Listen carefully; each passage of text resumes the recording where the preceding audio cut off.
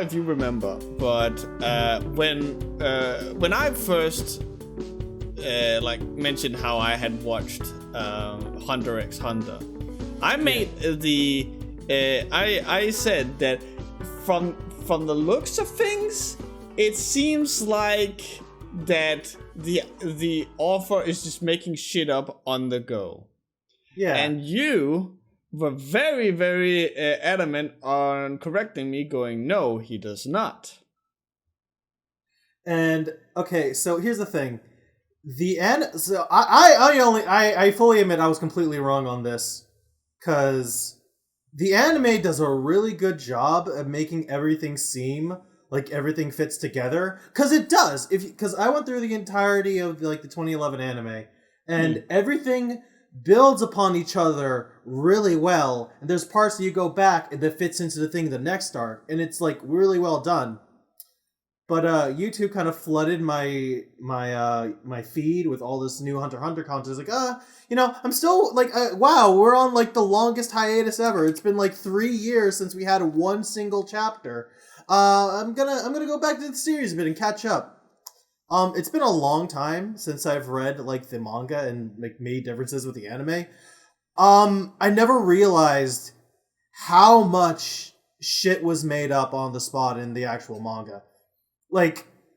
Granted, a lot of things in the anime, when you go through the whole thing, it feels like everything was planned. I'm stressing that. But, it's so much clearer in the actual fucking manga made by the editor himself. He makes shit up every single fucking arc. He is more on the seat of his pants than Toriyama ever was, and that's shocking to me. I want to really go into depths in this, because I'm stunned. Okay, yeah, give me an example of the off the pants. What the fuck? Off the seat of your pants writing it is. Okay. It's very okay. I'm gonna try not to go too far, but obviously there's gonna be some spoilers. In the beginning of the series, there's very big characterizations with Gon, and a character that you're gonna meet way later in the anime named Kite. They kind of have this Shanks and Luffy relationship. Mentor who's super cool and badass, who really only does one cool thing and makes Gon super inspired to I want to meet my dad. And the manga, it's really cool and fleshed out. But when you're reading it, well, first off, the anime kind of fucks it up, because they didn't know they were gonna get to Kite, so they kind of cut that out of the anime entirely. Oh.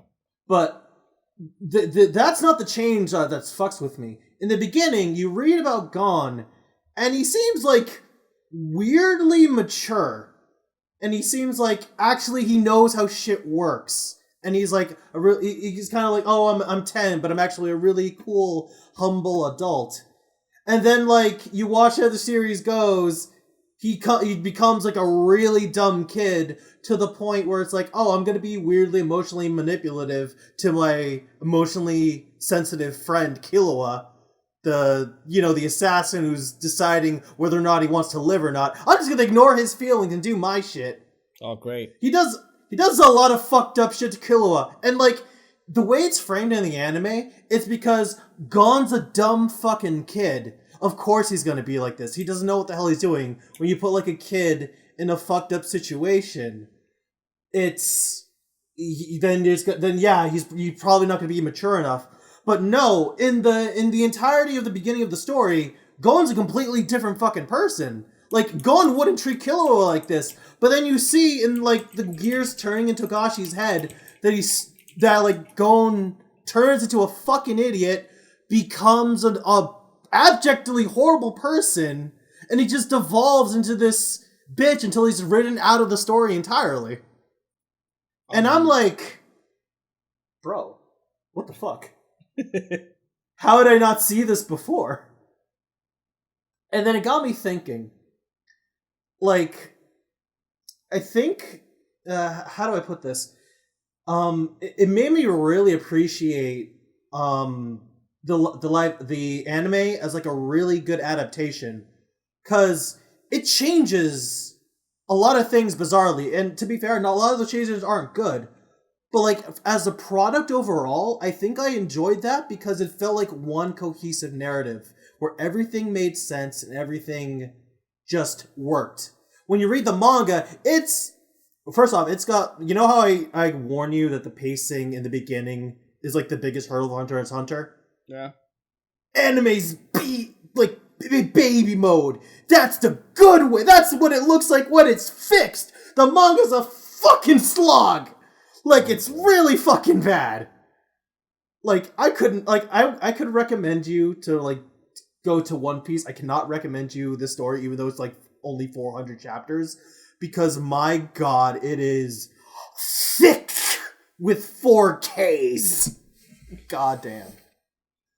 But, like, what I was trying to say is, this made me think about, adaptations and how even if it doesn't follow the thing exactly, you can actually make a good product if you, like, do something else, you know? Yeah.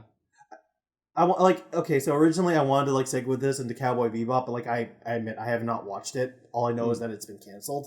Yeah. RIP.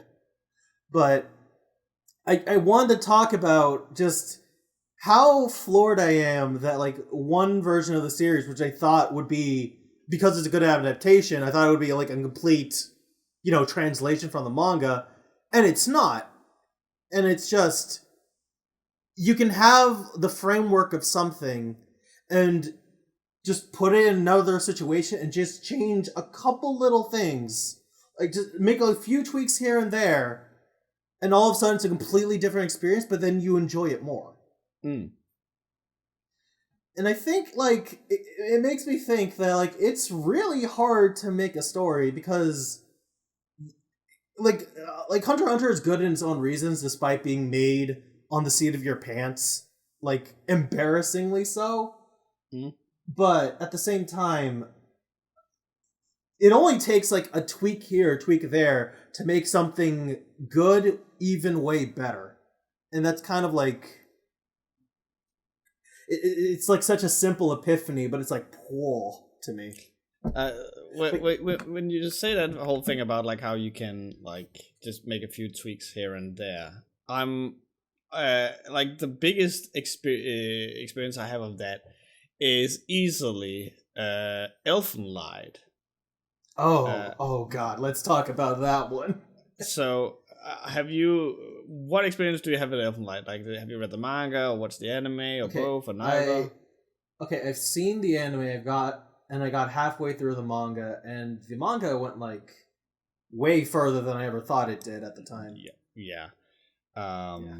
So, like, as every weeb who grew up in, like, the early 2010s, I also watched Elfen Lied. I actually think I have it on DVD because I think that was actually, like, the first anime DVD I ever got. And so in the by the way, spoiler for a decade old anime, by the way. But in Elfen Lied, it all starts out with the character Lucy breaking out of this lab. And so in the anime, when she breaks out, she's just, like, humming this little tune, which is, like, the tune that it repeats itself throughout the entire anime, and she just, like, hums this thing as she's just fucking murking everyone around her. Like, people are just fucking exploding into goo and up and down the wall. Shit's great. And like, it all ends with her being, like, she was wearing a helmet. It all ends with her being shot in the face with a sniper rifle. The helmet breaks. You see her having, like, this bright reddish hair and the horns, and she falls into the ocean. And then, like, that's the prologue. In the manga, it's basically the same thing. Only I don't think that she's humming, but what is different is that she's just constantly shit talking people. There's like in the anime, there's this point where, like, there's this goofy assistant of the evil scientist who like trips in front of Lucy, and Lucy rips her head off. Mhm. And so in the anime, she doesn't say anything. Like the head is just floating in front of her, and then like the mayhem continues.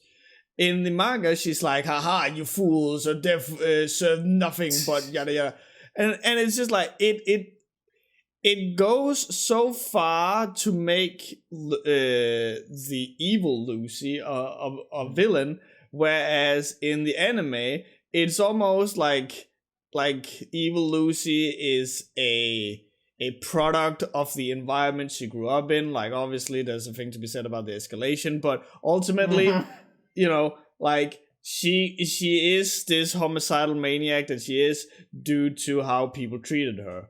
And so like she's almost like a tragic, not heroine, but like a tragic villain of sorts. Yeah. And that is just completely out of the window in the manga. And as you say, the anime ends way sooner than the manga does. And I think the like at the end of the anime, it's almost like reached the normal conclusion. Hey, we find out that elves, or whatever you want to call them, are these are the next step in evolution. And we find out that Lucy actually has a sister, and she actually has another sister, and it kind of ends with Lucy and her sister fighting the third sister, and the third sister is like an extension of this evil lab company thingy. And it ends with like, you think Lucy's dead, but then she shows up and she's fine, and it's like, okay, and that's how it ends. The manga has this in it, conveyed much more poorly. Yeah. And continues from there for another 50, maybe 100 chapters. And you like can, a long time. Yeah, and you can tell that either the anime was like it just caught up to the manga and was like, this is a fine place to stop, or they knew where the manga kept going and just started going, you know what, this shit is fucking stupid, because the manga then continues and it's the fucking worst thing in the world, because you can tell like that.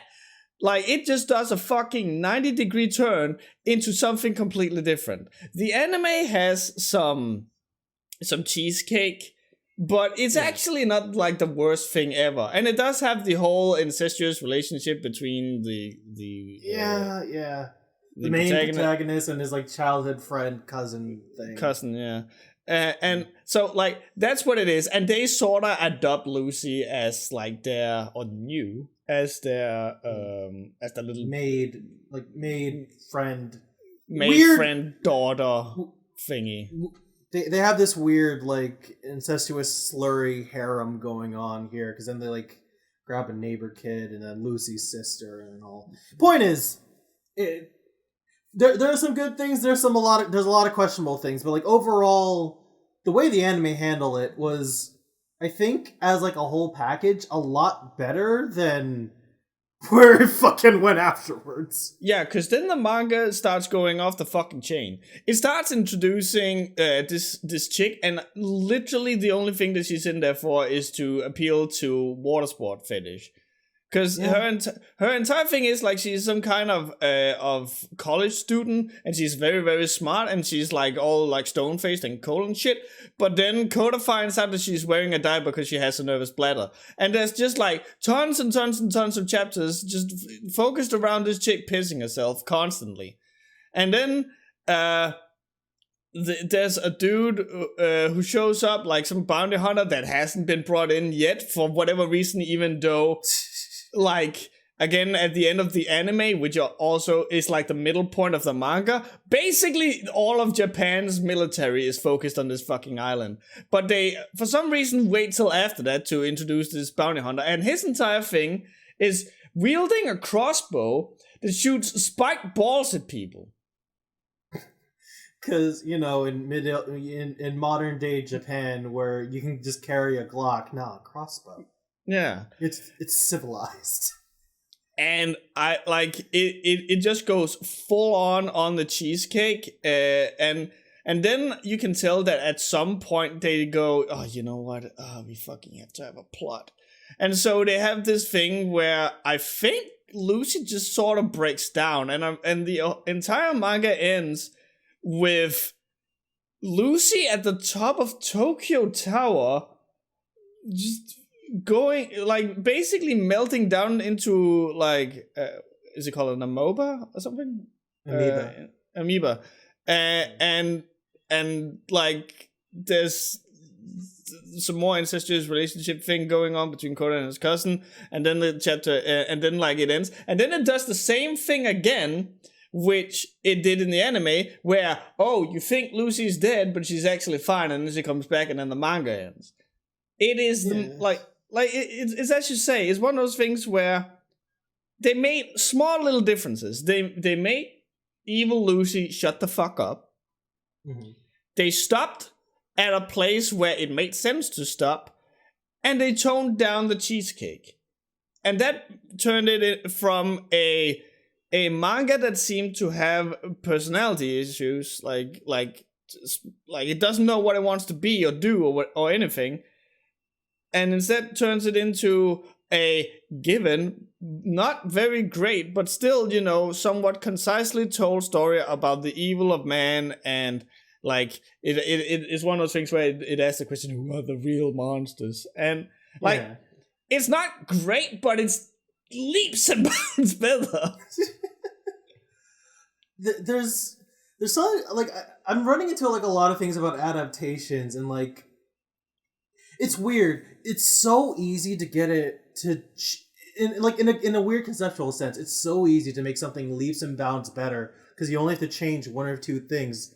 But at the same time, if you change one or two things, you can also make it 10 times fucking worse. Yeah. Again, I haven't seen this, and I kind of want to see this now because I'm running into all these things about adaptations, but, like, the biggest example I keep hearing thrown around in the Cowboy Bebop remake is what they did to Vicious, where, like, in the anime, like, we all know his deal is, like, the way he's just built up, it's, like, mysterious and personal, and he's just, like, a guy who's almost like a force of nature. Whereas, like, in the fucking adaptations, apparently he's, like, you know, rich capitalist douchebag. Because that's the story we want to tell. In the anime, he's more like, he's cool, he's mysterious. He hardly ever talks or something, because all he needs is, like, he talks with his actions, basically.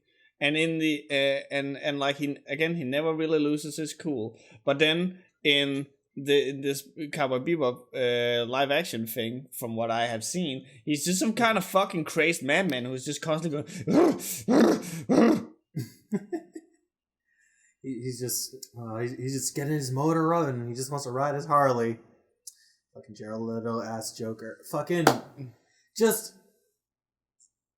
It's weird because, like, I've heard people actually like the thing, and from a conceptual standpoint, it does suck that, like, the adaptation failed after one season. They didn't even get to a season 2. Doesn't look very good for the One Piece adaptation because apparently that's also the same studio. Oh boy, fucking rip. Yeah, I heard the screenwriter is, like, a hyper fan of One Piece, but I also heard, like, Johnny Cho and, like, a lot of the crew were all apparently fans of Cowboy Bebop.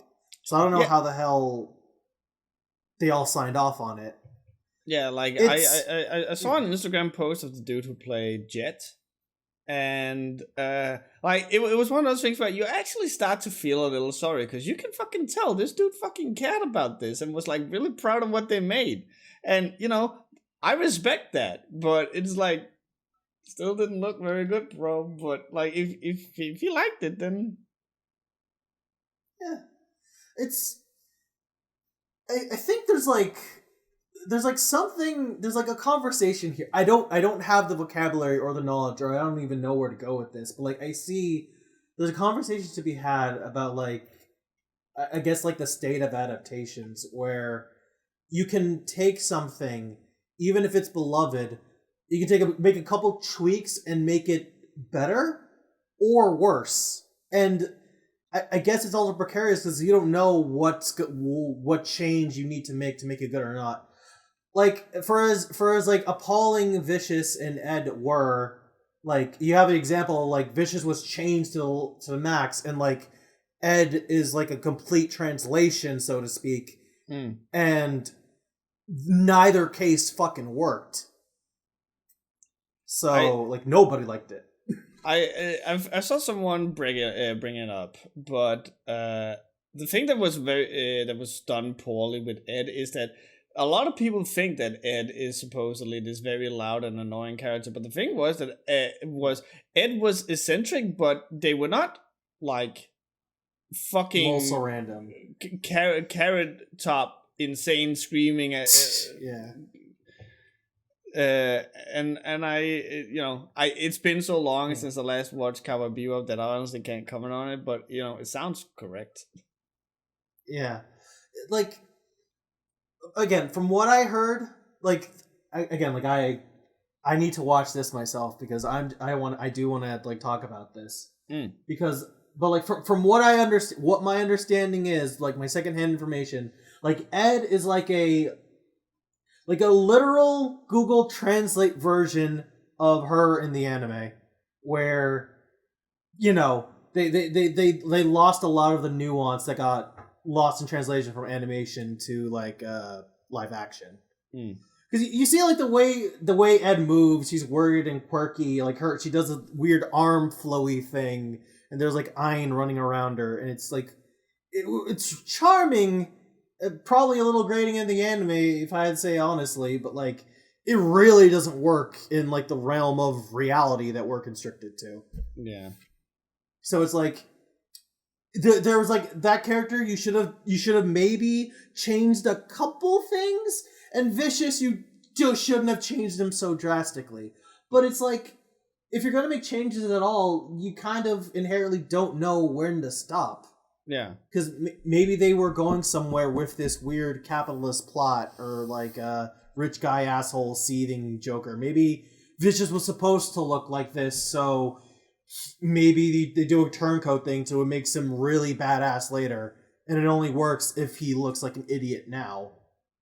Yeah, I don't know. Like we'll never know because like they're not gonna get a season 2, so they're kind of canned.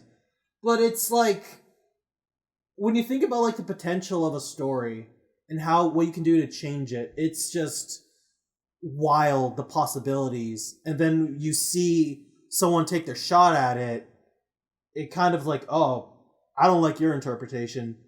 But if someone, did it well, we could live in a universe where the Cowboy Bebop live action was so fucking good it was like the next Breaking Bad.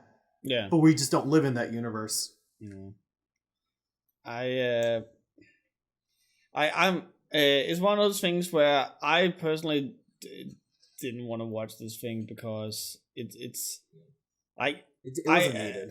Yeah, like from what I've seen, it's not great. But obviously, I can't have like a full opinion on it before I've actually experienced it. But same. I don't think I will ever be as fucking stupid as the people who have apparently claimed that it was supposed to be bad. Have you heard about that? Oh, that is like coptonium right there. So much copium. That's the word I was trying to think of. No, you know what? This is coptonium. It's the step above copium. Coptonium. I'm just fucking appalled because nobody should. It's I think it's okay to be bad if you do it earnestly. Like honestly, like the fact that hearing that everyone actually tried on this and it wasn't like a cash grab, like what I've heard from a lot of news outlets and I guess admittedly a lot of haters. Like the fact that they tried, I can actually respect this show a lot more. Yeah. But like to like say that it was meant to be bad is more insulting than the blind hate it's already getting. Yeah, because I do not believe for a second nobody did this without trying. Yeah, and like saying that it's supposed to be bad is like such a weird like stance to take, because why would you do that? The original was not supposed to be bad. It's one of the most influential old time animes out there. It didn't try to be bad. Exactly. Why would you then try to make this bad? I have more respect for like a failure who tried than a failure who tried to fail. If that makes any sense. Yeah, I get you. It's like that. It's like how the guy from The Room tried to make a serious movie, but when people laughed, he went, "Lol, it's supposed to be a comedy." Yeah, like Tommy Wiseau pulling that like 180, where when like he knew the movie was like a giant meme, he was like, "Yeah, I'll just ride on this success. Hi, it's supposed to be a comedy. Hello, doggy." Hi, doggy. It's it's basically just the living example of haha, you fool, I was only pretending to be retarded. Yeah, oh god, I love it. Schrödinger's retard. Schrödinger's retard. You don't know if he's actually stupid until he's successful or not. Oh, I can't put that one as the title. I can't have the word retarded. Okay, call it Schrödinger's dumbass. I can't swear words. Like, that's the entire thing. We'll find a way to fit it in post, because that's a good title. We'll workshop it. I'm just gonna write here. Watch me fuck up Schrödinger's. I think like it has one of the O's with the weird like nipples on top of it. Umlaut. Umlaut, thank you. We don't have them in America land because we're uncivilized. Yeah. We for the same thing in the Danish letter, we have the O with a line through it. So, fancy. I like that. So, Cloudy, what have you been up to since last we spoke? Have you just been watching Hunter x Hunter? That was a big chunk of it, yes. I've kind of been doing a lot of like menial stuff. Like I kind of like mentioned to you just before this podcast how I felt incredibly like hyper incompetent because I went to the basement to look for a rake to like rake the leaves and shit, and I can't fucking see it. And my dad barges into the house like at 8 a.m. and is like, "Hey, we're gonna go outside and rake the leaves." Like, do we have a rake? I'm like.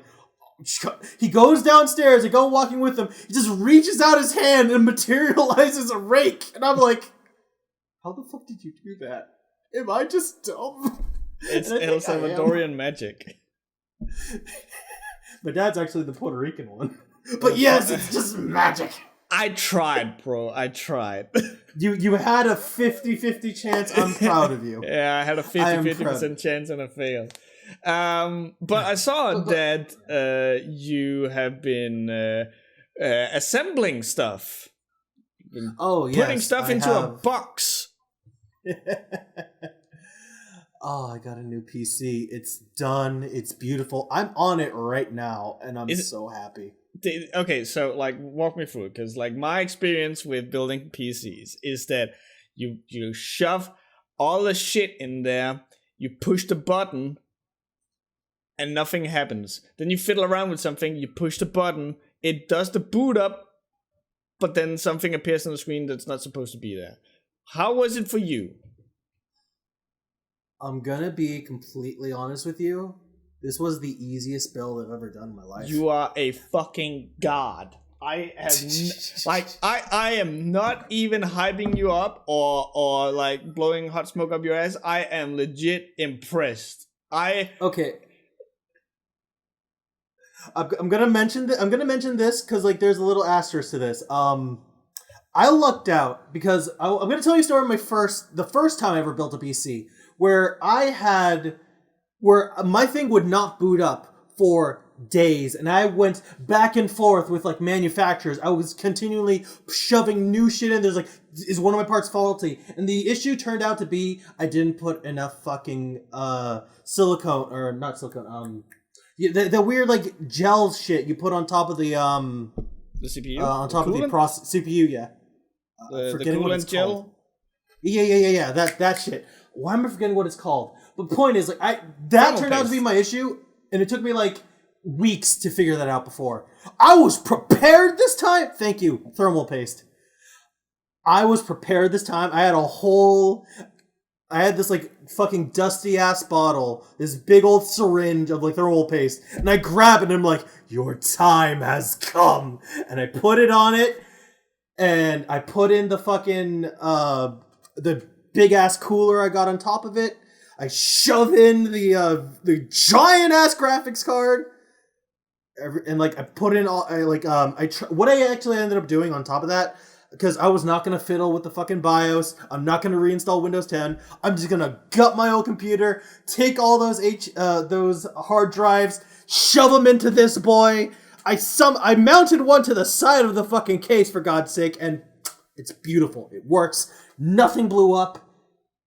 I had no sound for like 2 days because I did not find where they left the fucking wire. Okay, that was like the only issue I had. There was one issue. But, like, aside from...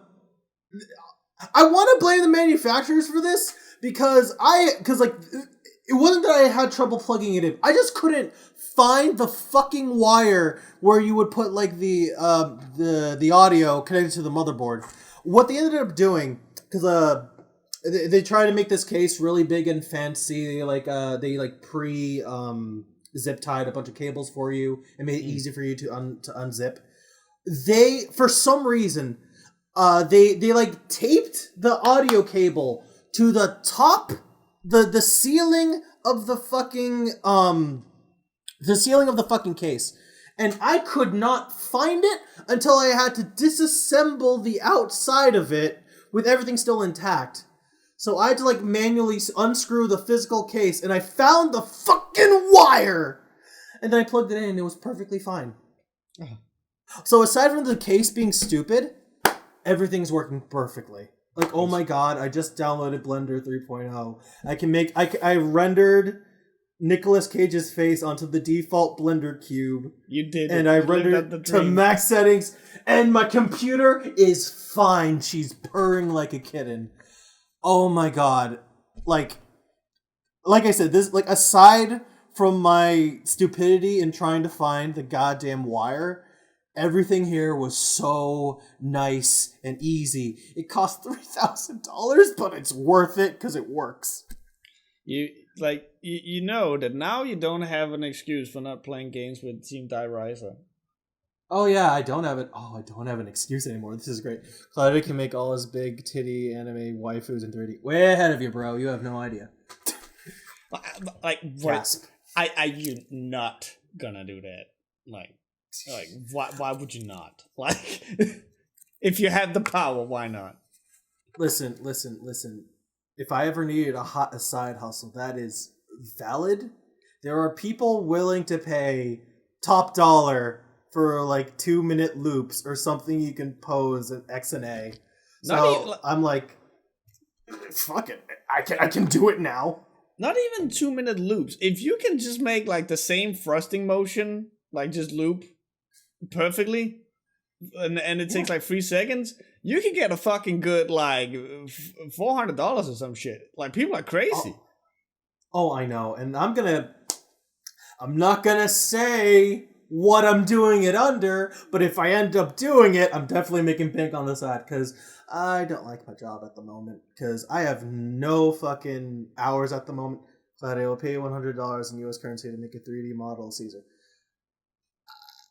I'll get back to you on that, because I don't know how to model. I can animate.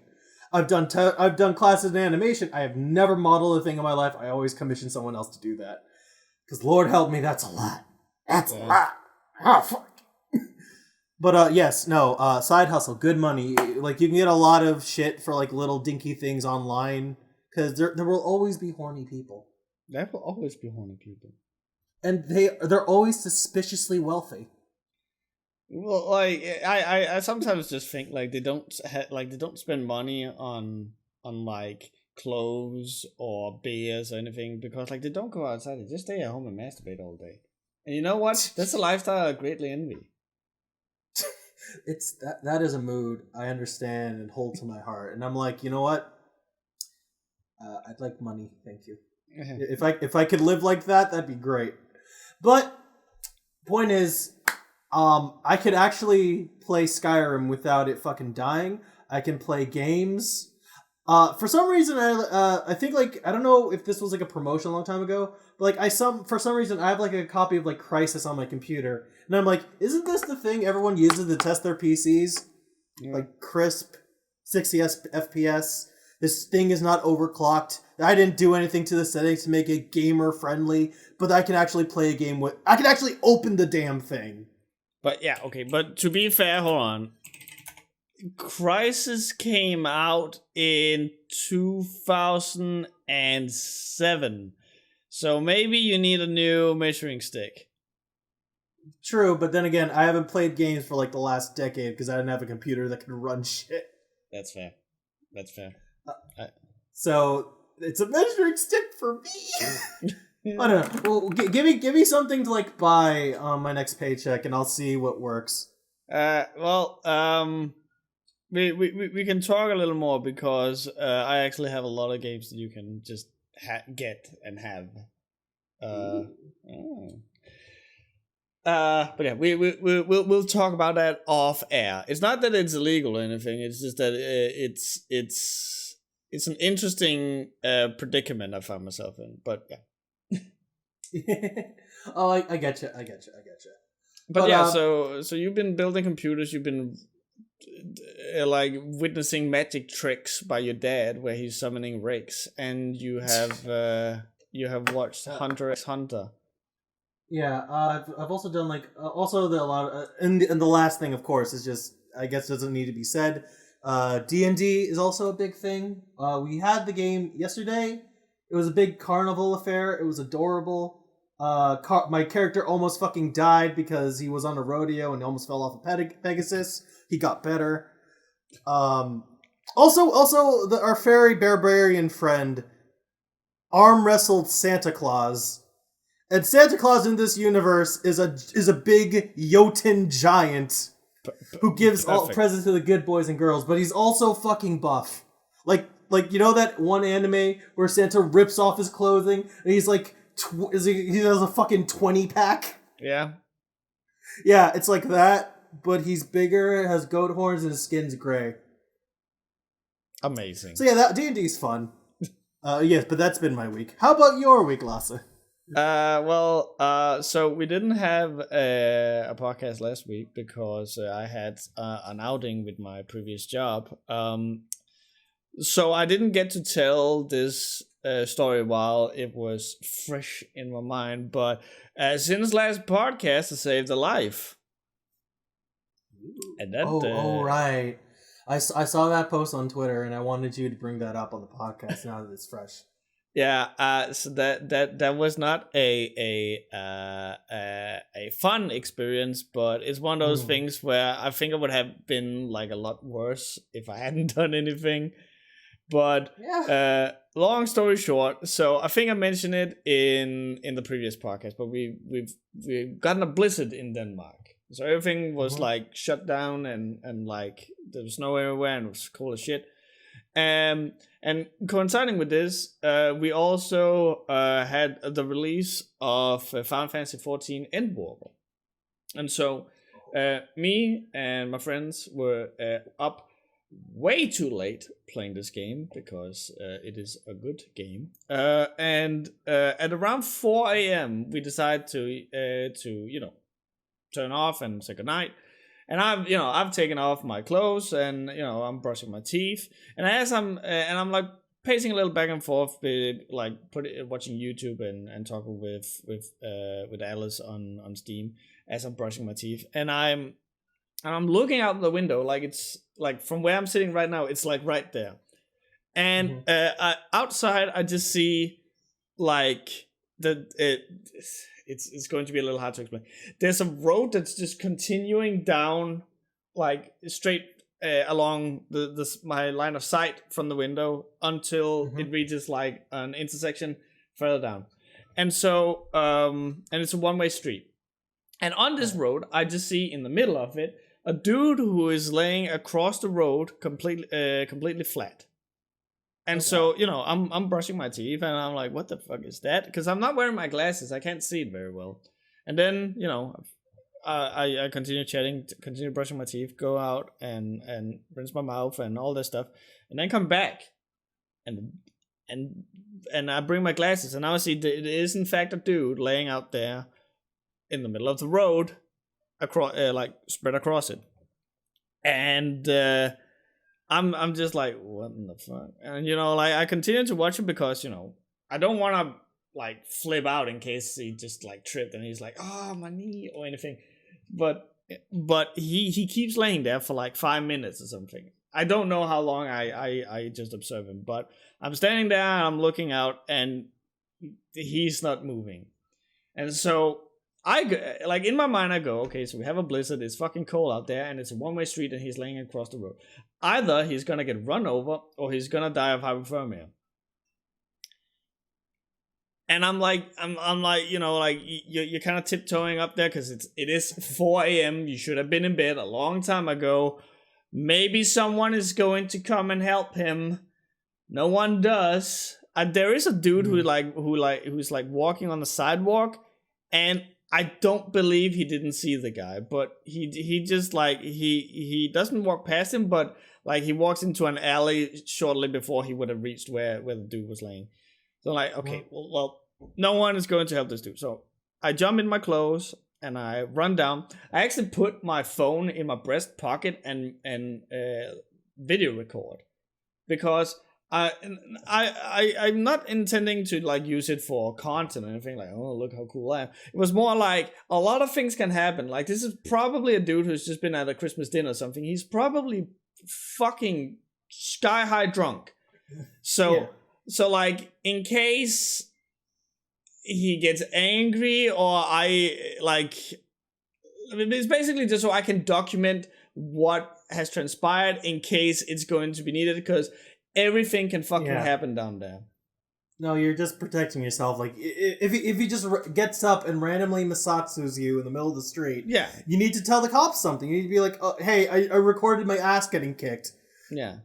That's but a silly example, but yeah. but it is very important, and it's in case like if he just decides to get hostile and start kicking my ass for like waking him up or something, like everything can happen when you're this drunk. So I set it to record. The file got corrupted. I still have the file on my phone, and you can hear like the first like a couple of seconds of it where like you can hear me stepping out of the elevator and like run towards him, and you can hear me like going, hey man, and like slapping his cheek, and then like everything just cuts out. The video stops like a second in, but the audio continues. It's fucking weird. I tried everything to recover it, but nothing can be done. But okay. So basically what happens is that I run out there, and sure enough, the man is still laying there, and he's like laying with his arms around him, like he's trying to preserve his heat. But he's like, he's not shaking, and he doesn't look distressed. He's just like, he, honest to God, looks like he just decided to take a nap there. So I'm thinking the dude probably slipped because the road is covered in ice, and was like, nah, fuck it, I'm good. And then like decided to take a nap there. And so like I'm like I'm shaking his arm or something. Nothing is happening. I'm like doing little gentle slaps on his cheek, like, hey man, wake up, because like again, a car can pull in here, even if it is 4 a.m. A car can pull in here at any moment and run this dude over. I need to, because like if he's laying here and there's ice on the ground, a car can either not see him, or it can see him way too late and not be able to brake. So like I start, like, okay, treating this a little more seriously. So I pull my arm from like way back and just fucking like smack him on the face, and then he starts like, like make grunting sound. I'm like, hey bro, we need to get you up. Like you're in danger here. Come on, man. Give me a hand and I can like lift you up. Nothing.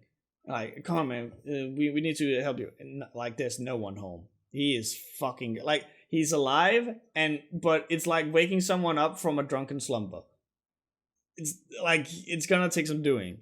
And so as I'm standing there, I'm shaking the man. I'm like raising my voice more and more and more, as much as you are going to do at 4 a.m. in the morning in Denmark, in the middle of a living area. And as I'm doing this, all of a sudden everything gets very, very bright. That's because a car has now turned and is like about to go down the road towards us.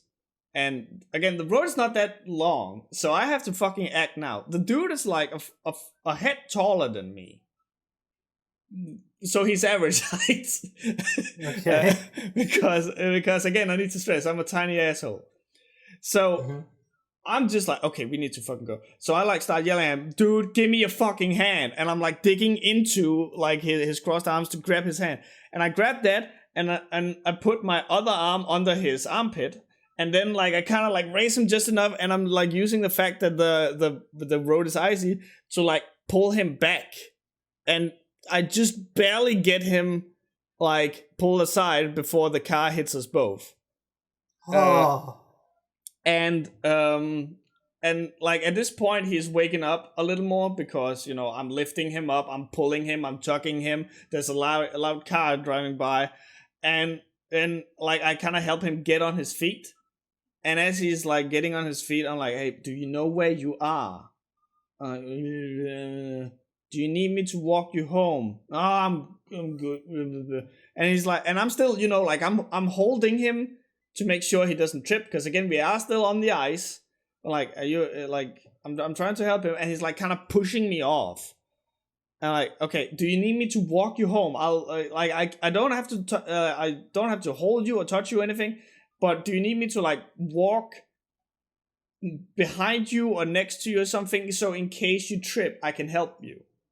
And he's like, no, I'm good. And he's like, you know, like trying to push me away, even though like I'm further away than he's reaching.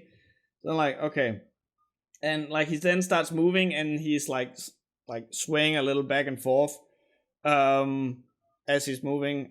And I then like decide to, okay, I am going to follow him, but at a safe distance. He's probably too drunk to notice that I'm even here anyway. I like follow him for a block or two, and when I then like determined that okay, he can walk without tripping, I then call it a night and then return home.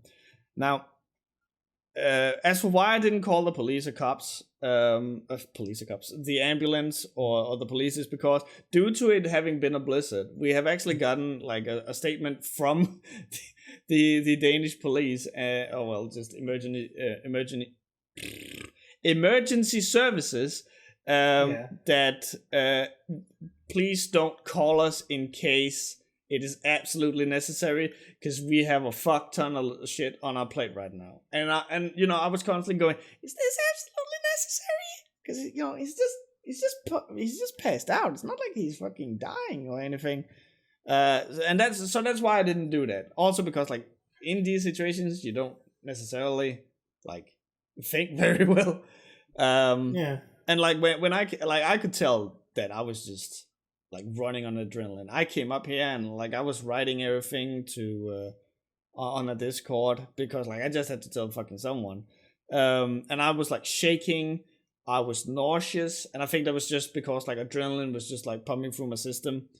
I wrote on my Facebook and asked people to share it around, just like, hey, in case anyone noticed, dude, he looked like this. Can you just let me know that he came home safe? But I haven't heard anything back. The day after, I walked around the neighborhood just to make sure like that he wasn't laying anywhere and there wasn't anything. So that happened. Not fun, but yeah.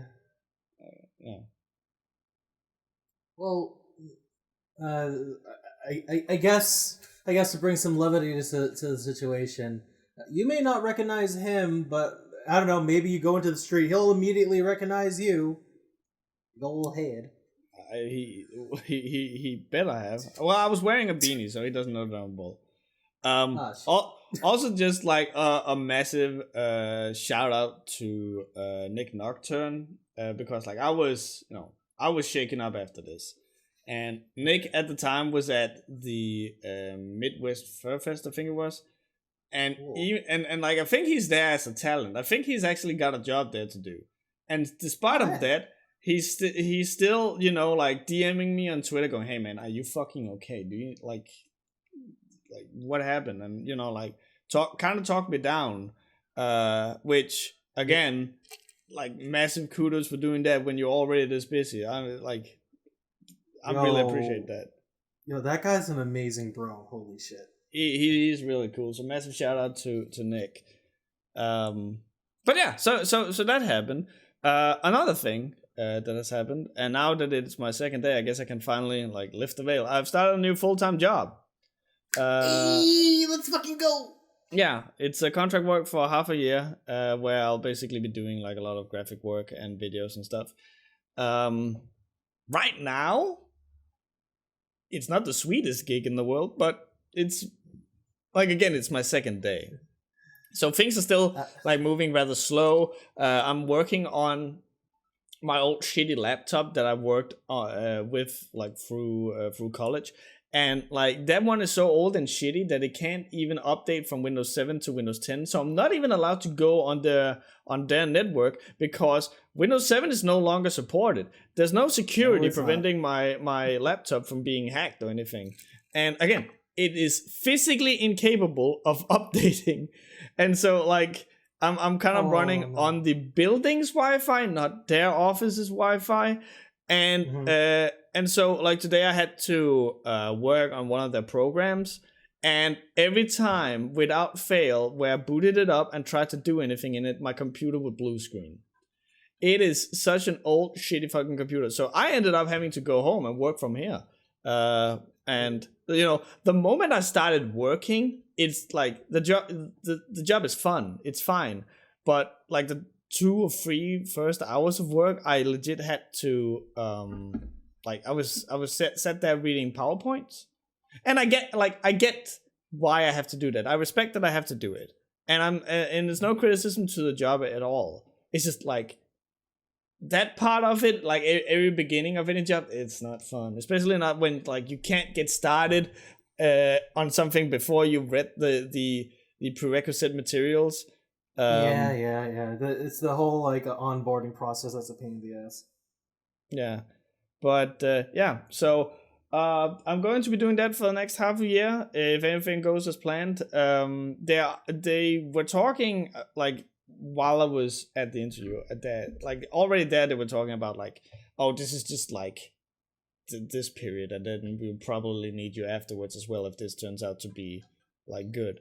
So we'll have to see, but it's something to do. Hopefully things picks up a little bit so I don't end up falling asleep. Oh god, no, like honestly, first off, just congrats on getting something, because I'm speaking from experience here. There's a very, very like annoying feeling of just when you don't have anything to do and you're just waiting to pick up a job. It's just, there's like a lot of feelings of self-doubt and just annoyance and just a restlessness. Even though the job kind of sucks at the moment, like the fact you got something's better than the you that you didn't have anything. Yeah. So congrats on that. It does deserve something. We're happy for you. And please don't get it twisted. No, don't misunderstand. Like it's I am incredibly happy for this opportunity. Also, just again, like you say, having something to do. Yeah. And I actually I'm gonna segue into a thing that I actually figured I wanted to talk about, with this being the webcast relief as an extension of the webcomic relief, and that is that I kind of lifted the subject a little bit in the Discord earlier today, and I think you also commented on it, which is that like there's this whole thing of me feeling not guilty, but like I wish I had put more content out in this app, because like honestly I don't feel I have a good excuse for not having done it, because like what am I doing? I'm getting up, I'm looking for a job, and then I'm like that is what I have on my to-do list. Sure, there's been some stuff where you go out with family, be sick, go out with the old job or something like that, but it's not like like surely during this time I could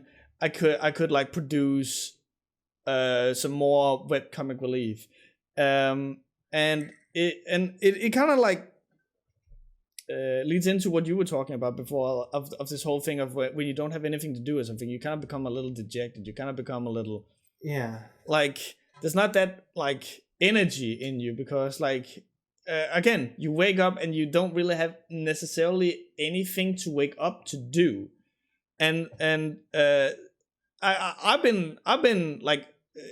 First of all, I need to stress I am still in the process of writing the script for the next episode, and the next episode is gonna be fucking long. So I am actually going to try something new where we will part it up into 2 or 3 episodes, of which if you are a patron, you will get all 3 episodes at once in one video, and for everyone else, it's being released in 3 parts over the span of like 3 weeks. So like every week you will have a new episode. I did the same thing with Persona. Just, try it out, see if people like it, see if they don't.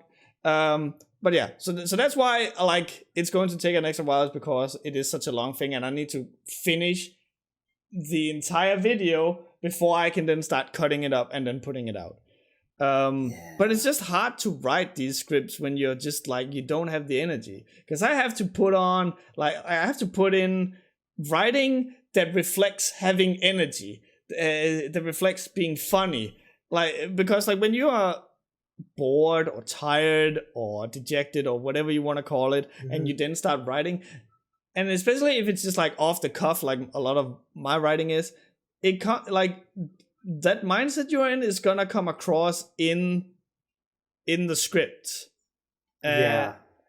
So like that's also a thing as to why I haven't like come up with a video in so long, and that's like, it's a long video, and basically I've just not been, I won't call it burnout because I still am very passionate about it, but I just don't like, it's hard to have the energy to get up and sit down and work on something where you have to be high energy and happy when you're not high energy or happy. Oh god, like I relate to this a lot. So like, okay, I'm going to admit, like I know I know this sounds funny because I just spent like the beginning of this podcast talking about my big computer, my thoughts on Hunter x Hunter, my adventures with rakes, but like at the end of the day, like I'm going through the same things you are, because I the way I always described it is like I have a lot of trouble with starting things. I have like something I just don't really talk to anybody about. I have an entire like whiteboard on my wall right next to my computer. It has a whole list of projects, what I need to do, itemize, break down to very minuscule tasks, and I never got started. I filled this out 2 weeks ago, and I want to do I want to redo all my entries for MEOC Tober because my job cut that short, but I'm having trouble starting on that. I have a Secret Santa animation I need to do for a friend that I'm gonna finish, that I want to finish before Christmas, but I haven't started on that because I just don't have the energy to like look at the screen. I spent $3,000 fucking making this PC, and I have like I went through the trouble of like making sure it works by like making a high definition Nick Cage cube, and I have not done a single thing since, and it's really disheartening because I have all the time in the world. I'm the only thing stopping me from being destitute at my job is that I have to spend an hour every day in an in-team meeting just because that's mandatory to the job.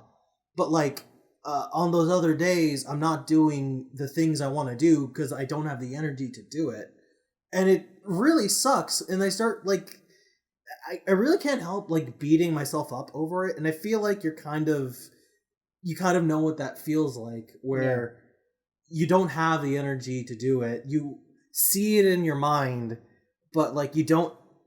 It's just not in front of you, so it's really hard to like get yourself to do it. Because if you like just, pen to paper, force it, I don't care, it's going to come out like shit.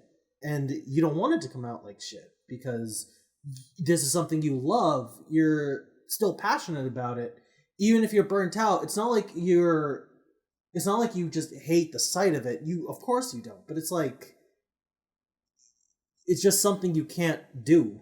Yeah. Like, you try and you see it and you know it, and you're like right there in front of the canvas. You put your hand on the fucking screen, but nothing's coming out. Yeah. And it sucks.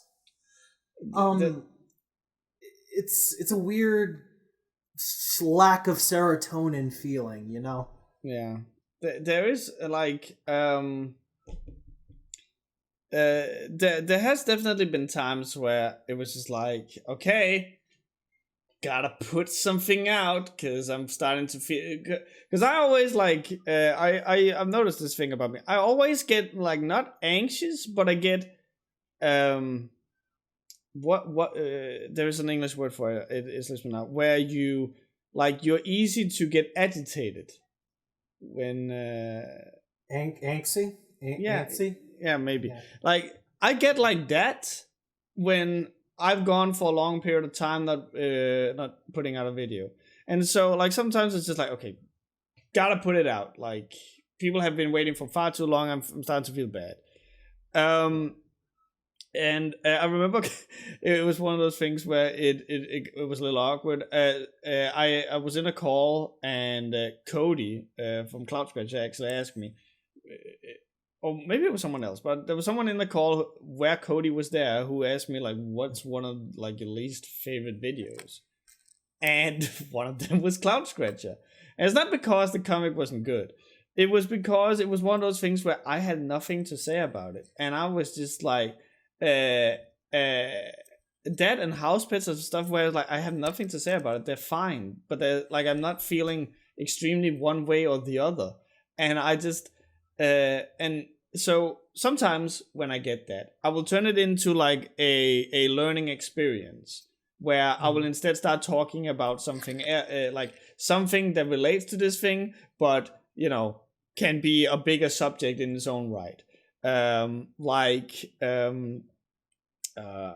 fucking Fateful Hearts thing, like that Kingdom Hearts ripoff comic, where it's like where it's like the comic has nothing in it, but the subject about like tracing, the subject about how it is sometimes fine to make something for yourself and not for others, and something like you can do that, but with House Pets or Cloud Scratcher or Hammer even, where I don't have anything that much to say. It's one of those things where it just becomes like nothing. Like I will never like I've admitted this several times. I watch my own videos a lot just to go, oh, could I have done this better, or could I like, oh, this really worked well, I'm happy about that. And the videos I will never put on are Cloud Scratcher, Hammer, and House Pets. And that's because like those are one of the ones where it was just like, gotta finish it, even if I'm not like in the mood, even if I'm not like, I don't have the energy, just gotta finish it, put it out. And yeah, so I always feel a little bad when that happens, because it feels like I kind of give like a subpar product. So right now I'm trying to like, because you've also mentioned this, where it's like my videos are now taking a lot longer because the editing is more like in depth. There's more effects. There's more, and like the videos are also longer. So I'm trying to take my time with them and like use that as an excuse. And people have been very kind to be like, this is fine. You take your time. We would rather have you take your time and then like give us a good product than pushing stuff out regularly. And I'm trying to take that to heart and then like instead go, okay, I'm gonna work on this when like the spark is there, so to speak. Yeah.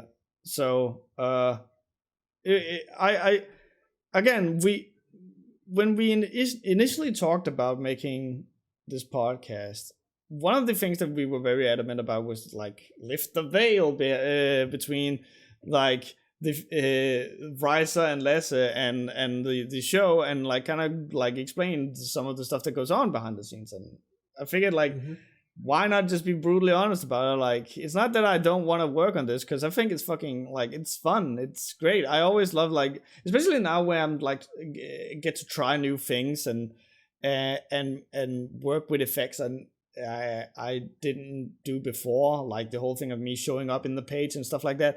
It's fun because I can like, I don't have to stick to a formula as much as I did before, which is also why I was so adamant on, hey, we're gonna do the Sonichu thing again, where I cover a comic, like a read through of it, because it's been a while since I did that, and they're fun because I get to really do like a bunch of jokes instead of just be, you know, like all the air quotes in the world here, professional reviewer, where I just like talk about it. So I do enjoy it, but yeah. Yeah, that's been like, yeah, but honestly, like the videos you put out, it is, I think you're doing the right thing, honestly. I always look back to, like, you know, the reviewers of yesteryear, like your nostalgia critics, your more of them are like failing to come to my mind. But it's like, you can see there's a certain point where all the videos become the same thing, where you're, you know, sticking to the formula because people are just either afraid or they're not confident enough to like do something else. Where you're, on the other hand, even though you like think, or you like aren't always happy with like the end product, you are super down to always try something new, try something different, like get like more life into it.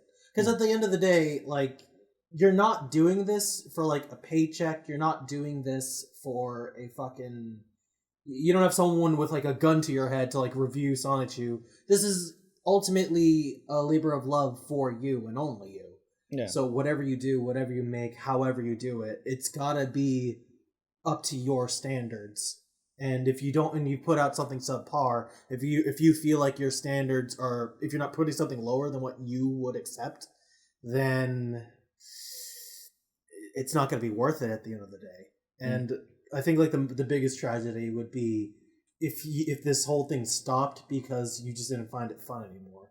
Yeah, that kind of like burnout is the worst. I've always had it. It was something my friend actually taught me. So for those of you who don't know, I have I'm pretty much like, I pretty much don't touch sugar at all. And the reason for this is because like I noticed a couple of years back that I was starting to, you know, gain weight, and I talked with my friend, and he was who is he big buff guy. He's big, he's strong, and he's, you know, like, it's not fat big, but athletic big. Yeah. Handsome fucking bastard, I swear to Christ. And so like I was asking him like, hey, do you got any tips for like a nerd like me? Like what can I do? And he was like, well, one of the most important thing is obviously a diet. But the thing about a diet is that a lot of people fail it, and they fail it because they go too hard. They make it so that they don't enjoy it anymore. So instead of only eating a dry ass salad every day, instead make it so you can have a salad every other day or something, and you can put on dressing or something, because ultimately in the end that is going to be more healthy than you just eating whatever, like fries or burgers or whatever all the time. And it's making these small adjustments where it is more important that you keep it up rather than go hard and hope you can keep it up. And so like that's what I've been trying to do with the Webcam Relief as well, is where it's like I if I ever feel like a sense of burnout, or maybe I don't really know what to do here, then I will try it and like look at it and go, what can be done? And that is typically like, remember, obviously you will remember the Anarchy Dreamers video. That was where I was like, before that I was like, okay, I'm not really happy with where I am now, and that marked the beginning. And that marked the beginning of me putting music into videos, me putting a new intro into videos, me making new credits and stuff like that. Like, and it was just like, if I'm not happy with where I am right now, I'm going to be so selfish that I'm going to take what people like and throw it in the bin to a certain extent, because ultimately this is me enjoying this thing, and I'm making it a lot for myself. So I'm going to do what I want to do, and that's where how we got here. Me, like, I didn't put myself in, like, do the green screen thing where I appear in the background of comics or something because a viewer asked me to. I did it because I think that would be funny, and people might say I don't like when you do this thing. Well, I don't care. Like, obviously there are certain things where I don't recall which video it was.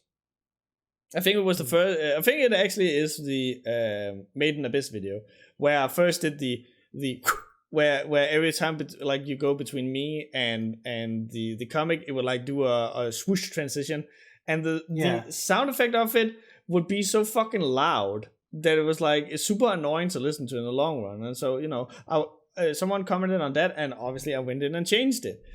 Like, stuff like that I'm fine with, but sometimes there are things where I'm like, I'm gonna do this for me and not for you, because if I don't, I'm not gonna enjoy making this as much anymore, and then it kind of like loses the entire point. Exactly.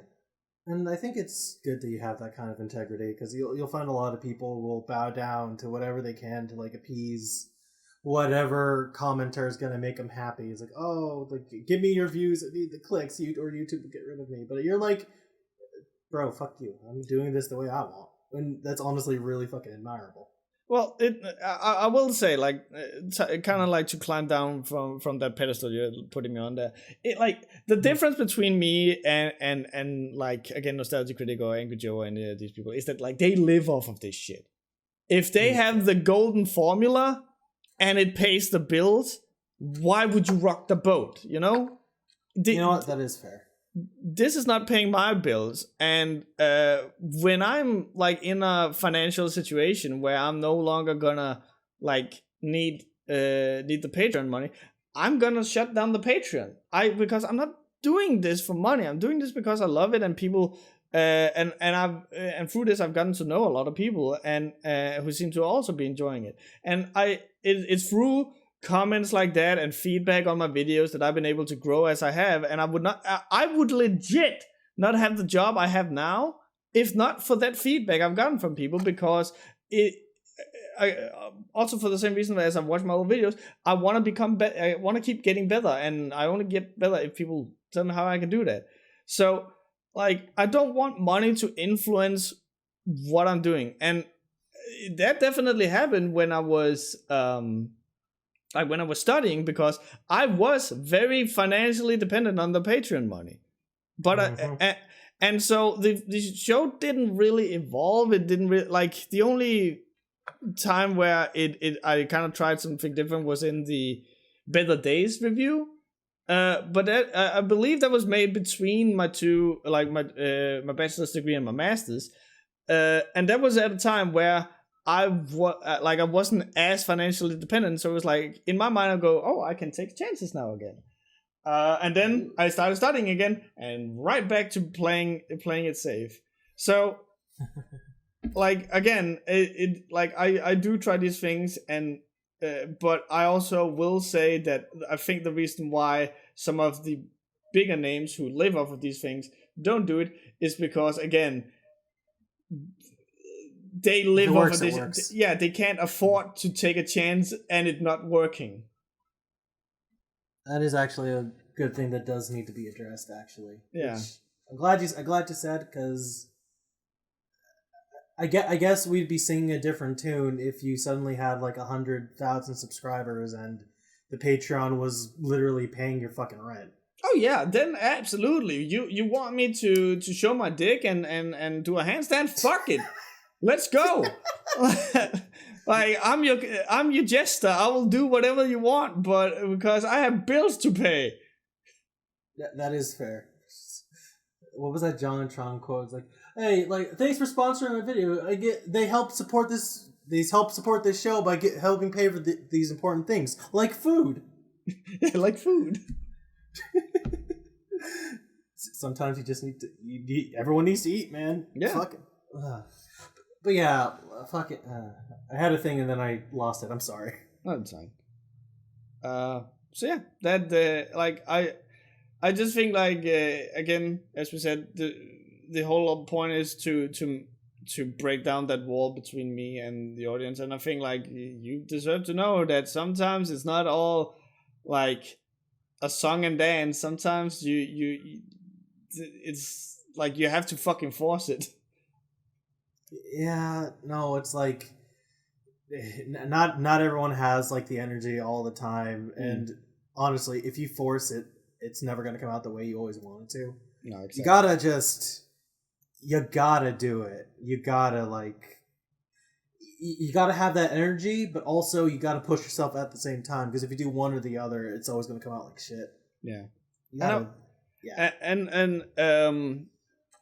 I don't recall when it happened, but there was a time when I was streaming on Twitch, like now, but I was streaming a video game, and I think I was playing a fighting game, and I wasn't playing online or something, but I was just in the lab working on combos and stuff, like talking to people, and some people, I don't recall who it was, but someone popped in and was like, shouldn't you be working on the next webcam relief instead of doing this?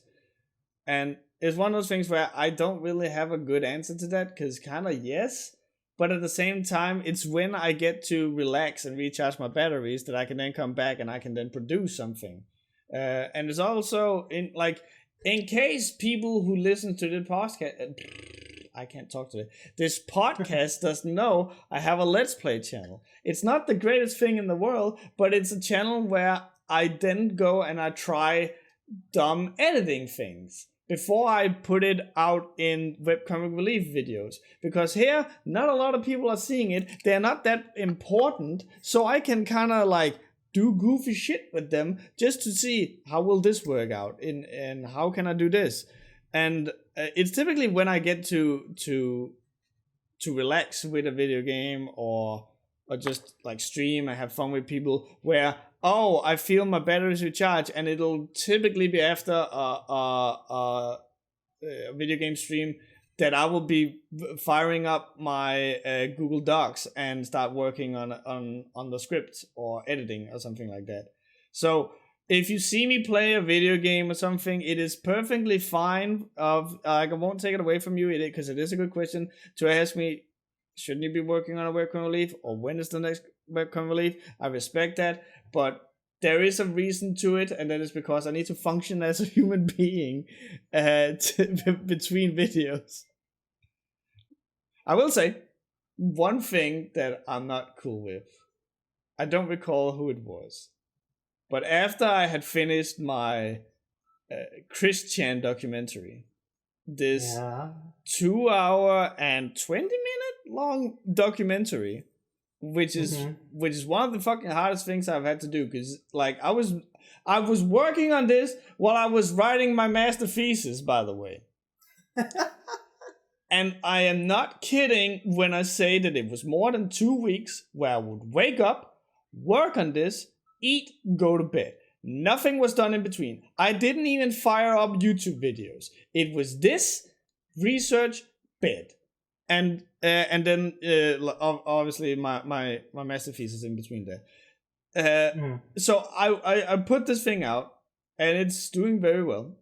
And then I don't think 2 weeks pass before someone goes, when's the next webcam relief video? And I'm like, have you not fucking seen this massive thing I have literally just put out? Most people who comment stupid shit don't. Well, like, my magnum fucking opus at this point has just been released. 2.5 hours of edited content with closed captions that I had to write my fucking self throughout the entire fucking thing. I am allowed to rest, my guy. You can't stop the selfish entitlement that some people have, because that's just how consumers work. They're assholes. They're all Karens in a way. I remember like while you were like studying and not really studying, but like researching this and putting it all together. It's been like one giant building of like anticipation, and to see it all out there, it was a fucking glorious ass moment. Yeah, because you and I, we were talking behind the scenes while I was working on it, because you were constantly going, "Oh, wait till you get to this shit." Yeah, and you got to that shit, and we're like, "Oh my god!" And then it's just, and then like the week after, fucking the arrest happened. This whole thing's just fucked, man. No, it wasn't a week, was it? No, it was like really close to when you posted it. Oh, let me look it up, because I can see it from my upload history, because we had the podcast with Amokin on that week. So the video, the Christian video, got put up the 6th of May 2021. Yeah. The situation with Chris was the 1st of August.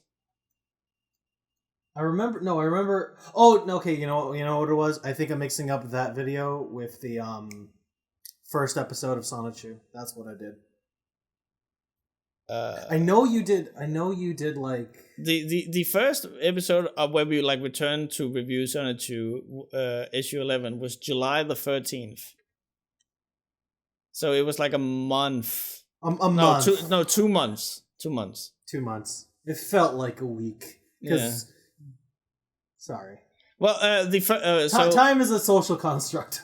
So, like, the timeline is May 6th is the documentary, and it was 2 hours and 40 minutes, not 2 hours and 20 minutes. I undersold it. And then June the 13th. How? 30? 13th? No. 13th. 30th. Oh, Jesus. I don't fucking know. Was when we released the first episode of the podcast. And in between those, I remember I moved. So yeah, a lot of shit was happening when we entered the like weird Chris Nebula saga of this series you're doing. Mm. Just a lot of shit's happening. There was a lot all at once. Yeah. 2021, the year of Chris. What have I actually put out this month? Maybe I shouldn't watch that. Maybe that'll just make me feel bad. Oh no. Let's see. The first video of 2021 was Stripping Free, which was 14th of February. Then came the documentary. Then came Sonichu. Then came the follow-up to Christian. Then came Sonichu, and that's it. So what the fuck? I've only published 4 videos this month? This year? Feels like it was more. Than that. No. That's what I'm thinking. Nope. Like, obviously there's been podcasts, and there was also my designer reacts thing. Yeah, that big magnum opus. It's a really good video. Yeah, but I paused it. People should watch it. I don't know if you saw, but I got a comment that was like, "Stop pausing in the reaction video." And I'm like, "What the fuck? What the fuck?" I'm not gonna be like the video. Yeah, like I'm apparently not allowed to pause a reaction video. And I think like someone I don't recall who it was, but someone said that I think they just want like one of those reactors who are like watching a thing once and then flipping out, and like, but that's not what I want to do. I want to like analyze it. Yeah. I don't know. They want the big poggers face from all their reactions for Endwalker. I mean, if you want me to give you poggers faces for Endwalker, I can do that, because there's plenty to give poggers faces off there. I'm just saying. Just go. Yeah, that would be a cool video. Just like you like dissecting everything good about the new expansion that came out. So like. The plan was that I wanted to to make a reaction video of the first, like just of all the trailers of Final Fantasy 14, because they actually, I don't know who directs the trailers for that, but they are fucking like a masterclass of like visual storytelling. But yeah, stuff has happened. Cloudy, I think you can cast some black magic when you said poggers. The second it came out of your lips, my pack of Dr. Pepper split open and the cans rolled out. I believe that. I can believe it is a cursed word. I will also like to point out that Caesar is in fact writing Dr. Pepper right by not having the period after DR. It's Did not you know a that? certified doctor. Yes. It is not Dr. Pepper, it's Der Pepper. The pepper. The Pepper. The pepper. That is true. There's one. We do. Go on. No. I was just going to say, like, I do just like circling back to like feelings when we're doing this and just going back behind the veil, because I definitely can relate to just that feeling of lack of energy or lack of something, and knowing if you do something and if it's not fun anymore, there's no point in doing it. I do hope it's probably going to go away. It's definitely going to go away eventually. But like, I hope that whatever avenue you're going to take, whatever happens, that you keep enjoying what you're doing. Because whenever you do, you always make something great. Thanks. Yeah. I will definitely like. I'm old and wise enough now to at least make it so that whenever I'm working on something, I'm going to either put in extra effort or put in less effort to the point where I enjoy it and still like put out something of quality. Because if you're not enjoying something, I don't really think it's worth doing. And that's also something where I've talked with some comic creators where they are like constantly going, "Oh, my comic is not getting the views that I wanted to, or it's not as popular as these other comics." And it's one of those things where, like, are you making the comic because you want the big numbers, or are you making the comic because you want to make the comic? If you're not enjoying what you're doing, why are you doing it? No one's putting a gun to it and asking you to do this thing. If like, I get wanting big numbers, I want big numbers. I'm not getting big numbers, and I'm jealous of people who get big numbers. But I've never been really getting big. Well, the Craving Control video, but I've never really been getting big numbers. But I'm still, but I've continued making YouTube videos for over 10 years now because I enjoy making those videos. And I think like that's a mindset that more people should have for their creative endeavors. Don't necessarily do it for the feedback you get. Do it if you enjoy it. Honestly, that's like the best thing you could fucking say. Yeah. Because like, fucking, I'm just thinking, and I want to, that's a good question to ask just in general, like who you're doing it for. Because I think like a lot of people, I think me especially on top of this, just get tripped up and you just end up not doing it, or you just get so hung up on focusing on like the end goal of all these views that making the story just stops becoming an enjoyable process and you just don't want to do it anymore. Yeah. And then everything else suffers because of it on top of you. Yeah, so of course, like everyone wants to be popular, everyone wants to make the next big thing that takes the world by storm. If you say otherwise, I'm gonna assume that you're lying. But like at the end of the day, what it is that drives anything is the passion for it. And I think you mentioned it when we were talking about Homestuck, where just as much as when you can feel like when someone is writing something with passion in it, just as much can you tell when it's written with actual scorn. And like that again, if you don't enjoy what you're doing and you're still doing it, it's gonna come through in your work. I'm just saying. Oh yeah.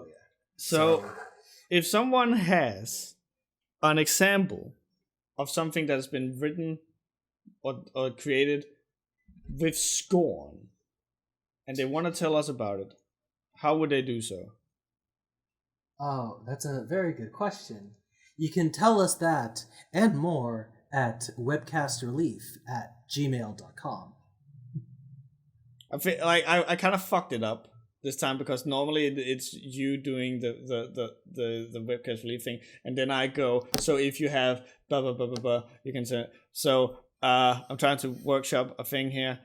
So in case that you have a project that you don't really feel super enthusiastically about anymore, but you kind of want to push it in hope for the big numbers, you can send that to webcastrelief@gmail.com. Yes, that is correct. Okay, I think I saved it. Good job. Good job. Okay. We're gonna answer a question or two from Caesar today. Yeah. Okay. Quick, you're going to a convention and you need to make your booth stand out. Money isn't a problem thanks to the wonderful supporters of Patreon and the lovely folks at Nordpass. What is the craziest thing you can do to drum up business? Think furries having chase-off fights, t-shirt cannons that launch your product, or a one-to-one replica of Lost Lindas that you burn Wicker Man style. Oh. So first of all, massive shout out to Caesar for the lore. The deep lore of this podcast. So yeah. So like I think it's fairly important to talk about like what is the booth going to have? Like, is it the webcam relief booth? Is it the webcast relief booth? Is it in case I have a comic? But one of the things I've always enjoyed, it's not done at booths as much because they are expensive, but seeing that's not an issue, I would like a monitor with AR technology. So like, let's say I'm making a webcomic and I have a stand, and then it would be like, you know, a screen and a camera, and then it would use AR technology to kind of like put you in the same, like make it so that you're standing next to the character from the comic or something like that. Like, because everyone loves that shit. Everyone loves to be like, see, oh, it's me, and oh, like there's both this mixture of, hey, I like this comic, and hey, technology is fucking cool. I don't think there's a single person on planet Earth that is never like wowed by new technology. So I would probably like do something like that. Oh God. Okay, so I love that, and I had like a really similar idea to that too. Yeah. Something I've told this to Emily several times, but like one of the things I've always fucking wanted to do was to sell art at an artist alley in some convention somewhere. I don't care about making a return on my investment. I don't care about making a lot of money, but I want to do it once just so I can set up the booth and all my shit. And the idea I had, I got the idea when I was trying to think of a lot of ways to pull this off, but like I think the best way to do it. Do you know Wang, that one guy who like reviews a lot of creepy shit on Reddit? Wang exclamation mark, yeah. Gaming users. Yeah. Wang exclamation mark. He has those frames with all like the pixel stuff on it. Yeah. What I always wanted to do was I'd have like a whole array of them right behind me, right behind my booth. And it would be flickering. It would be like my character jumping around between them, looking like one big animation between all the frames. And they'd be like pointing out prices or like showing little clips of like the series I'd be peddling. Or like, you know, shit for commissions. Like just like play with a whole mounted display of those things. And like in front of me, and I'd have like the dumb light novel I still have in my head. Some little charms. I actually got in. God, I know I'm never gonna do this, but like I actually got prepared. I have these little NFC cards that you can. I was gonna like sell bootleg Animal Crossing tokens and not tell anybody that they're actual like pirated amiibos. So like a little kid gets one and they say they accidentally touch it against the their thing. Hey, that's definitely super illegal. Yeah, and then it installs a virus. No, it just gives them Raymond suddenly in boxes or whatever. The villager they've always wanted just appears. Fantastic. Just little things like that. I think are nice. Super illegal. If I get caught doing that, I'll be banned and sued by like Nintendo. But super illegal. But if I had enough money to stop myself getting sued, that would be something I'd want to do. Just like that. Sell bootleg amiibos and my comics and my animations and my book and all that shit. I definitely think that so we had a long like study about this during university about like I keep wanting to call it Trafalgar Square, but that's not right. It's Madison Square, where like they have all these ads and everything, and the one person who got attention there was a naked woman just walking around. And it's because like you're constantly bombarded with all these things that you kind of expect of these things, and then all of a sudden there's this thing that you don't expect, and obviously that's what's going to grab your attention. No matter how good an ad is or anything, if you expect it, it's gonna kind of get filtered out by you. So if you want like something to grab attention, it has to be something unexpected, which is why. Like me with my AR or you with like these animation gesture things, it's not something that you necessarily expect. I imagine I've never been to like a con like this. Well, I was at that one where like I was still working for a nondescript video game company, but that was like I was there for work. I wasn't attending it. I wasn't looking at the different booths. So I can only imagine that this is not something that's been done before, but definitely like if you want attention to your booth, don't like. Obviously, money is obviously an issue, especially if you're a person who are living off of making a comic. You're typically not making the most serious bank ever, but if you have the ability to make something that makes you like that's not just your art or pearlers or something. Do something that you don't expect to see at these things. Obviously, make sure that you're allowed to. Don't have a girl with her tits out. Not until the 18 plus hours come out then. Yeah, then you do whatever the fuck you want. But like do something where like you don't necessarily you haven't seen it before. I think that's what's going to get you like customers or whatever. Definitely. Just I guess it's like easier to say than to do, but like it all just comes down to like standing out. Yeah. Do whatever crazy shit, just like AR technology, like pixel thing. There was this like one thing I thought about doing, but I had no idea how to incorporate it. In Japan a while ago, they had these like weird hologram projectors.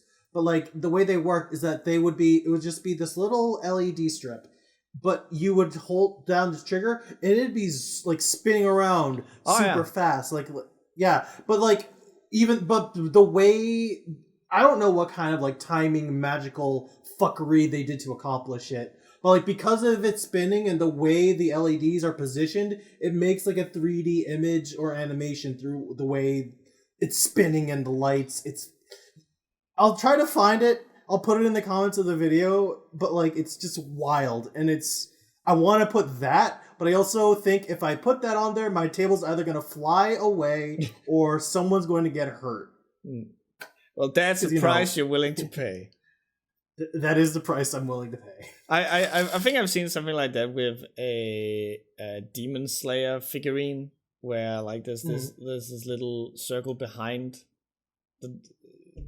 I don't recall what the Tanjiro, I think his name is, and like it has all those fire and water effects on the LED screen, so it like looks like they're coming out of nothing. It looks so fucking cool. That would be a good thing to put on your table too. It's eye catching. It is, and that's what you need. I think we have like one more question. Yeah. All right. I don't even know how to answer this one, but quick. Cloud and Lasse, there's two of your respective co-hosts, and you don't know which one to shoot. What do you say to them to suss out the imposter? So it's that situation where you're standing on the roof, you're holding a gun, and there's two Cloudies. How do you figure out which one's the real Cloudy? I say, how can I possibly shoot someone who's led an X, and the one who doesn't flip out gets the bullet? Oh, that's brilliant. I'm worried with how ready I was with that. Oh no, you know we will. You know my. Okay. I have to choose one. So, I have the gun towards you and the other riser, and I'm going to say, Nomura is such an amazing writer, isn't he? His work is just so deep and consistent. And then you're gonna shoot the one that doesn't kill himself. Basically, yeah. So you lost both risers. No, I shoot the one that isn't immediately trying to say, "Just shoot me already. I'm done." Okay, just eats the one who doesn't. The one who doesn't immediately ask for it. Okay. So it's a very quick aside, but what you bring that up? So the Video Game Awards has just happened, right? And so there's this new Star Wars game called Star Wars Eclipse, and I don't care a whole lot about Star Wars. I know that it's a big taboo to say, but I don't feel one way or the other. I don't watch it, and so I'm seeing this, and it actually looks like it's a more darker take on Star Wars, which like I don't think has been explored that much. Again, don't touch it, so I don't know if it's in the comics or the extended cartoons or whatever, but from what I know, it's new. And so so it looks like a more dark Star Wars. I'm like, okay, this looks interesting actually. And the logo is actually pretty clean. And like and then like they finish it off with like Star Wars Eclipse. I'm like, okay, I see. And then they end it off with Quantum Dream, David Cage's company. Ooh. Now, I was in a call with Alice while this happened, and she laughed so hard because on her end, it just sounded like I was quiet for 2 minutes. But in reality, I was screaming so loud that I redlined my microphone that it couldn't pick up anything. Oh my god. They did the fucking same thing with Nier. Nier Automata. They because like they show all these different people who are working on it, and it's like a smorgasbord of some of the greatest people in the video game industry. So, some of the music talents behind Tekken, some character designers from this game, battle designers from Platinum, Yoko Taro, and I immediately go, wait, what the fuck? And then they show Nier Automata, and I have a bone to pick with Nier Automata, but it's for intents and purposes, it's fine. The Nier before that is a fucking train wreck. And so it was one of those things where I get really, really hyped, and then they just like a bucket of ice water with it. Oh God, I'm just the thought. Just the thought of it. You see it. It's gonna be good. David Cage, Ao Nomura, Yoko Taro. Just two names. One name just ends. Hype. Fucking dead. Actually, before we go, so I didn't really know about. I didn't actually get to finish watching the awards. I want you just to clarify something for me. Yeah, sure. Because I'm. Did they actually release Persona 4 again? No. They released. It's the fighting game, right? Yeah, it's a fighting game. Okay. Because I am surprised. I never thought I'd hear another Persona 4 anything again. I thought they were gonna I thought it was Persona 5 Ultimax. Oh, we're getting a new game. No, it's a port. And I'm like, this shit won't fucking die. Its sequel's already fucking old, and it's still going. It's so if they release it with rollback, and we can get into a whole fucking conversation about netcode. Oh yeah. But if they release it with rollback, I could go, you know what, that's fair. Because Persona 4 Ultimax is actually a really good fighting game. Like a surprisingly good fighting game. But it's just like I have reached a point now. I'm not gonna touch a fighting game if it doesn't have like good netcode, and that one didn't have a good netcode. So like they are re-releasing it because Persona 4 had like a 10-20 year anniversary. I actually don't recall how old it was, but it was like a big anniversary thing, and so I kind of expected if you're putting it out again, you're gonna do something with it. But literally all it is that they're now releasing it on PS4 and Steam. I'm just surprised it wasn't on Steam to begin with. Right? Me too. But I guess if you're gonna wait, PS4. Yep. What about PS5? The new console. Shut up. Yeah, well, okay. So it's one of those things where what new console? You mean the one that no one can get the fucking hands on? Good point. Well, no one can get their hands on. It's like I don't even know what games are on it, to be honest with you. Me neither. I'm gonna need it for the new Horizon Zero Dawn game because that actually looks absolutely goddamn crazy. So I might need the fucking number for that scalper your brother knows.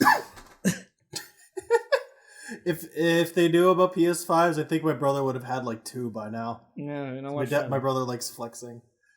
But you know what? I got the fucking GeForce RTX, and it is purring like a kitty. I love it. That's good. So I think that's good. That's good. So I saw. I'm actually going to do something here real quick. So I'm going to trust that you can keep a conversation going a little bit because I need to bring something up on screen. So I'm like, while I'm working on that, you can entertain the people. Okay, while you're doing that, I guess I'll just go back to the beginning of the podcast because I just thought of another adaptation example. There's this series Emily and I really like called The Red Garden, and I think it's one of those things where we kind of found out that the anime came before the manga. What? So the anime is this weird situation where it's like 4 girls. They're kind of like this weird like zombie thing. And the anime is kind of more slice of life, kind of like, oh, isn't this depressing? All these girls, their lives are taken from them. Now they have to go to school and kill weird dog people. And it's kind of weirdly melodramatic. Nothing happens. Nondescript. Thank you, Caesar. And God bless. And also, when that was happening, alongside it, there was like a manga adaptation being released. The anime came overseas. The manga never did.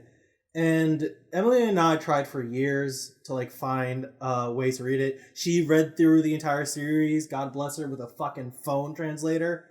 And it was ass. And I'm like no, fuck this shit. I'm too goddamn lazy. So I'm actually in the middle of paying somebody to actually translate the whole series for me. And I've gotten translations for all of Volume 1 and all of Volume 2. We're getting Volume 3 next month. And as I'm reading this manga for the first time, by fucking God, it's way better than the anime ever fucking was. Because the artist who drew the manga does... I'm gonna see if I can show you some scans after this podcast. But like, there are just some transitions that are so fucking clean. This woman in a whole ass business suit is like driving into this mansion full of like thugs. She's in the back seat. Then like the guy trying to break into the car. She kicks the car open, grabs the hood, flips herself onto the top of the car while kicking another fucking zombie. And that shit never happened in the anime. And like the manga was like, why was I deprived of this? Holy fucking shit. And I found out in like the translated author's notes, like, oh yeah, I love the anime so much. I was so pleased that I got a chance to make the manga my own. It's a shame that I didn't get to finish it by its runtime, but I'm just gonna take this my own direction, and it's way better than what we got in the anime.